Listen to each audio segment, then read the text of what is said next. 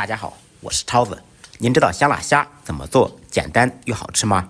今天超子给大家分享一道家常版的香辣虾，麻辣酥脆，连皮都可以吃，味道不输饭店。话不多说，接下来开始操作。做香辣虾对虾的品质没有太大要求，新鲜的、冰冻的都可以，但是个头最好稍微大一点。先把虾放入盆中，加入清水，简单清洗一遍。清洗干净以后，去掉虾腔、虾须，从中间片开，去掉虾线。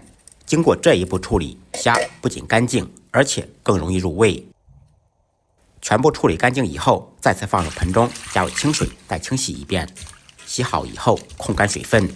利用这个时间准备一些配料：洋葱切成宽条，香芹清洗干净，切成长段。配菜根据个人口味放，也可以放入土豆、黄瓜等等。再来少许青红辣椒，切成小圈圈。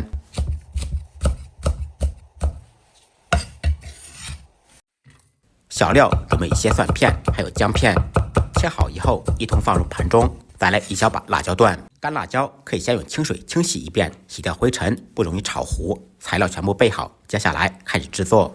起锅做水，放入1小勺盐，水开以后放入处理好的大虾。在炸大虾之前，可以先焯下水，这样可以去腥还不脏油。煮虾时，热水下锅，放入一点料酒去香增腥。开大火烧开锅，开锅以后煮1分钟，捞出空水。另起锅做宽油，先把油温烧至6、7成热，将近冒烟时，放入焯水的大虾。炸虾时油温一定要高，火开最大，这样炸出来皮脆肉紧实。家庭小灶，开大火在锅中炸约2分钟。我们在炸之前就不用拍粉了，这样做出来更加清爽。炸至表皮酥脆以后，放入香芹、洋葱，稍微辣下油，2、3秒钟，迅速把虾和配料捞出控油。把油倒掉，另起锅放少许红油，放入10粒青花椒，开中火把青花椒炒出麻香味，